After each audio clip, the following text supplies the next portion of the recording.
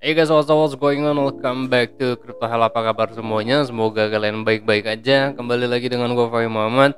Ya, hari ini kita akan membahas kembali ya progres Bitcoin, potensinya bagaimana kali ini. Sementara sebelum kita ke teknik analisa, gue ingin teman-teman melihat terlebih dahulu berdasarkan on-chain data apakah Bitcoin saat ini berpotensi untuk koreksi atau tidak berdasarkan aktivitas para traders atau investor atau juga para whales di dalam on-chain. Kalau ternyata ada indikasi tekanan jual yang memungkinkan harga Bitcoin itu menurun, maka kita akan analisakan berdasarkan teknik analisisnya. Nah, di sini yang kita akan perlu perhatikan itu adalah exchange reserve, exchange inflow dan outflow, karena sangat penting bagi kita untuk menduga atau melihat aktivitas para investor atau traders, apakah memang transaksi transfer dari wallet to exchange itu banyak saat ini yang berindikasi atau membuat harga koin itu dapat bergerak menurun karena memang selling pressure, atau saat ini memang akumulasinya itu juga besar. Nah, yang kita perlu perhatikan itu kita akan melihat exchange reserve terlebih dahulu. Kalau exchange reserve masih declining sama seperti kemarin, berdasarkan tren pun dia masih menurun, bahwasanya sekarang berarti tekanan jual yang dilakukan oleh para investor itu cenderung kecil dan cenderung holding. Karena kalau kita lihat berdasarkan exchange reserve, berarti transaksi transfer atau volume transfer koin dari wallet to exchange itu cenderung kecil dibandingkan sebelumnya. Kalau kita lihat berdasarkan inflow ini adalah koin yang dikirim dari wallet to exchange, berarti value-nya adalah 35,09k. Ini ada kenaikan ya, kemarin itu sekitar 28 kalau nggak salah ya, kemarin itu 23, sekarang 35, berarti memang wajar aja berhubung sekarang Bitcoin aja di level resistance dan sekarang berarti volume transfer dari wallet to exchange itu juga besar, berarti ada indikasi memang harga Bitcoin itu terkoreksi karena inflow saat ini cenderung besar kayak gitu ya. Nah, kalau kita lihat outflow, saat ini outflow itu 36,642k, berarti saat ini memang cenderung lebih besar outflow, tapi inflow saat ini membesar ya.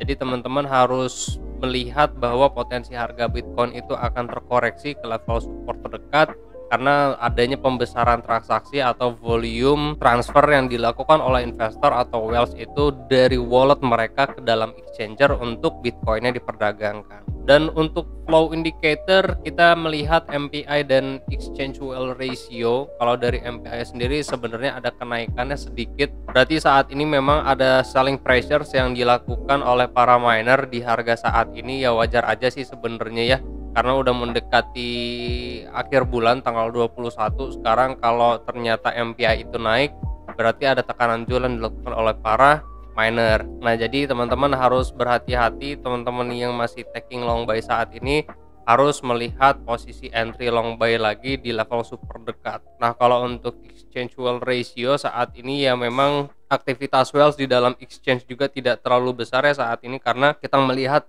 bahwa matriksnya declining. Yang sebelumnya itu memang ada kenaikan sedikit pada tanggal 19 dan 20 kemarin ya. Namun kalau untuk saat ini memang menurun karena sekarang value of transactions itu 0,4. Jadi kita bisa simpulkan bahwa whales itu belum terlalu aktif untuk berdagang di dalam exchange. Nah, kalau untuk market indicator kita ngelihat estimate leverage ratio. Estimate leverage ratio sekarang 0,2, berarti ada deleveraging, ada pengurangan penggunaan leverage yang dilakukan oleh investor atau traders di dalam exchange. Jadi ya kita harus bisa melihat potensi saat ini memang market itu lagi sepi ya. Mungkin banyak investor atau traders yang melihat bahwa harga Bitcoin itu berpotensi untuk longsor terlebih dahulu, jadi banyak yang wait and see atau menjual barangnya saat ini. Melihat dari exchange inflow barusan kan dia naik ya, berarti memang ada selling pressure yang dilakukan oleh para traders atau investor di harga saat ini. Dan untuk derivatif kita melihat open interest dan juga funding rate. Untuk open interest itu dia menurun ya, berarti untuk saat ini memang sudah banyak yang bersiap-siap traders untuk membuka posisi short selling di harga saat ini, karena kalau kita lihat open interest dia menurun ya. Yang sementara kemarin itu sempat naik sampai dengan 12,901, sekarang itu 12,733. dan kita lihat berdasarkan funding rate-nya dulu. Dan untuk funding rate sendiri loss value itu minus 0,000 something 5, jadi ya wajar aja kalau saat ini harga berpotensi untuk koreksi karena funding rate itu negatif. Kalau kita nanti melihat harga berada di level support lokal terus habis itu funding rate cenderung positif, maka kita akan melihat bahwa investor atau traders itu cenderung longing buy positions. Nanti tinggal kita lihat aja open interest-nya apakah memang dia naik dan juga funding rate-nya positif. Sementara kalau kita lihat barusan kan open interest-nya juga menurun dan juga funding rate-nya negatif. So saat ini memang short selling itu lebih dominan dibandingkan long buy positions. Nah, di sini teman-teman harus melihat bahwa Bitcoin itu sudah ending diagonal ya guys. Ini bisa saja ending diagonal dan bisa saja leading diagonal. Kalau ending diagonal berarti potensinya longsor lumayan dalam, tapi kalau untuk leading diagonal berarti berpotensi untuk reversal di level support terdekat atau di local supportnya. Jadi teman-teman harus memperhatikan area yang ada di sini, apa namanya ya, rising wedge ya. Rising wedge ini menurun sampai ke harga berapa, perhatikan local supportnya. Cuma kalau berdasarkan Elliott Wave, berhubung di sini kan adalah area testing nih guys. Jadi kalau area testing maka kita harus menghitungkan berdasarkan corrective waves. Nah, kalau kita hitung berdasarkan ini kita simpulkan ending diagonal aja dulu ya, atau rising wedge. Di sini sebenarnya ABC-nya sudah selesai kalau dari si diagonalnya. Tapi kalau untuk secara keseluruhan impulsifnya di sini berarti corrective wave-nya itu baru mulai dari A. Ini adalah A, berarti ini sedang menyelesaikan B, lalu setelah itu ada C-nya. Nah, ini kenaikannya belum selesai ya guys. Kalau gue lihat-lihat karena kan potensinya ini adalah diagonal juga nih.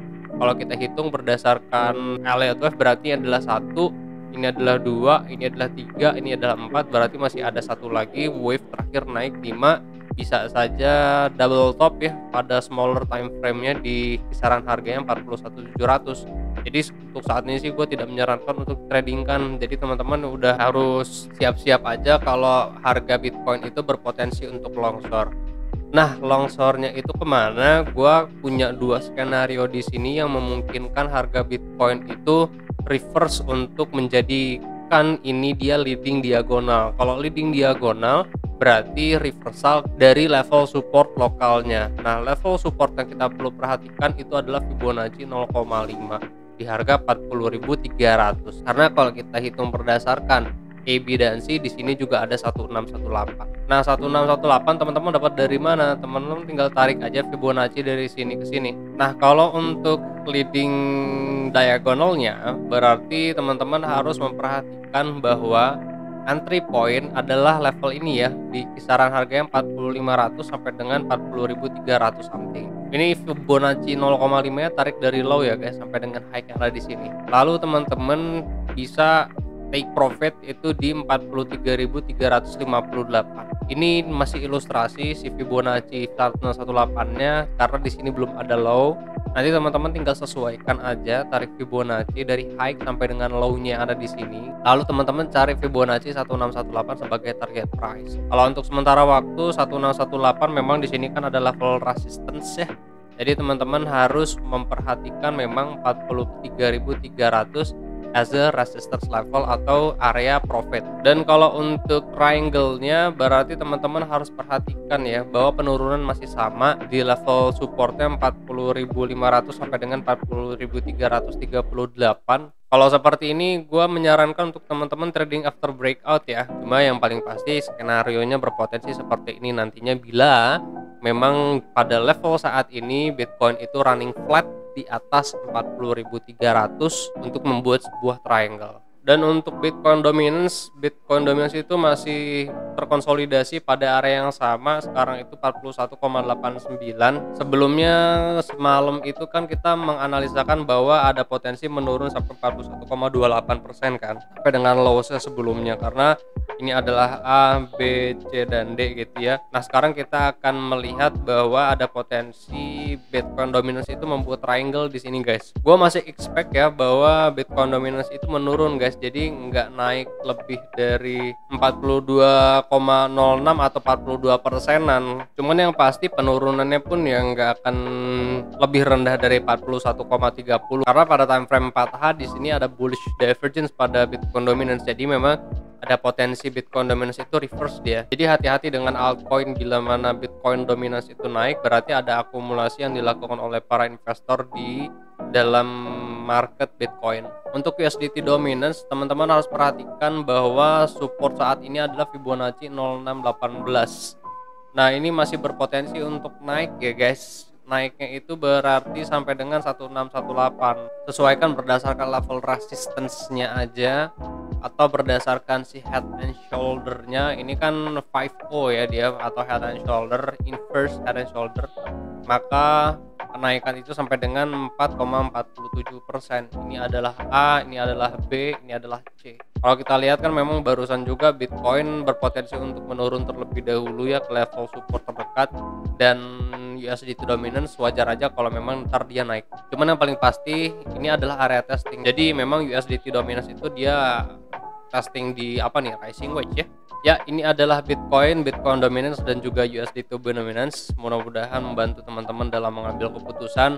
Gua akan kembali lagi update pergerakan Bitcoin dan juga cryptocurrency lainnya di grup Telegram besok hari Jumat, Sabtu dan Minggu weekend.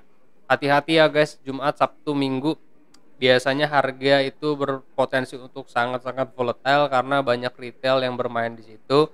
Dan gua harap bahwa Sabtu Minggu depan ini di BTC CME itu membentuk gap di level resistance yang dimana harga Bitcoin itu berada di bawah ya. Jadi memang meninggalkan gap di atas biar kita bisa tahu oh Bitcoin itu ninggalin gap di atas dan harus diisi dulu gitu. Karena untuk saat ini memang CME gap belum ada nih yang di level-level resistance atau ada di harga-harga atas. Jadi kita belum bisa make sure bahwa wah gap yang di atas belum bisa ditutup nih gitu ya. Dan teman-teman, gue ingatkan kembali bahwa masih ada kesempatan untuk teman-teman mengikuti event yang diadakan oleh BingX dan juga Crypto Hell, bagi-bagi hoodie dan juga hadiah sebesar 200 USDT totalnya. Dan teman-teman bisa melihat step by stepnya di kolom komentar atau di deskripsi. Tinggal diikutin aja step by stepnya. Mudah-mudahan teman-teman bisa menang dan mendapatkan hoodie dari BingX dan juga hadiah total senilai 200 USDT. Thank you very much for watching. Gue Fahim Muhammad. Kalian jangan sakit-sakit, sehat terus karena sehat itu mahal. I'll see you guys on next video. Peace out.